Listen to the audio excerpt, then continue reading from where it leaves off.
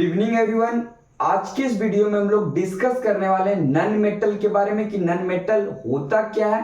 तो चलिए समझते हैं नन मेटल को। Those element which accept electron and gain negative ion, that element is called non metal।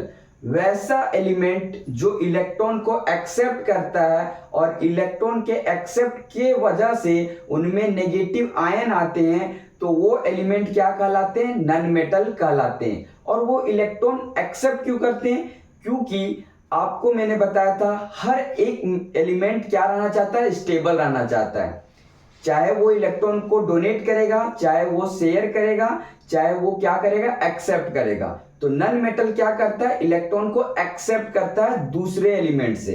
आप समझ पा रहे हैं? जैसे आप एग्जांपल से समझोगे, अगर हम लोग बात करें क्लोरीन का, क्लोरीन जो एलिमेंट है वो मेटल है, नन मेटल है या फिर क्या है? मेटलॉइड है। ये हम लोग को समझना है। तो समझोगे कि क्लोरीन का जो एटॉमिक नंबर होता है वो होता है 17। जब हम लोग इसे शेल में बांटते हैं तो 287।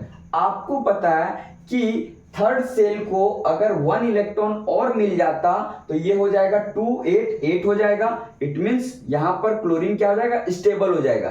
तो इस सिचुएशन में क्या करते हैं कि क्लोरीन जो होता है वो दूसरे एलिमेंट से 1 इलेक्ट्रॉन को क्या करता है? एक्सेप्ट करता है। तो क्लोरीन पे 1 नेगेटिव चार्ज आता है और इसका सेल का कॉन्फ़िगरेशन क्या हो जाता है? 288 हो जाता है। तो यहां पर ये जो क्लोरीन आयन है वो स्टेबल है, बट ये जो क्लोरीन है वो स्टेबल नहीं है।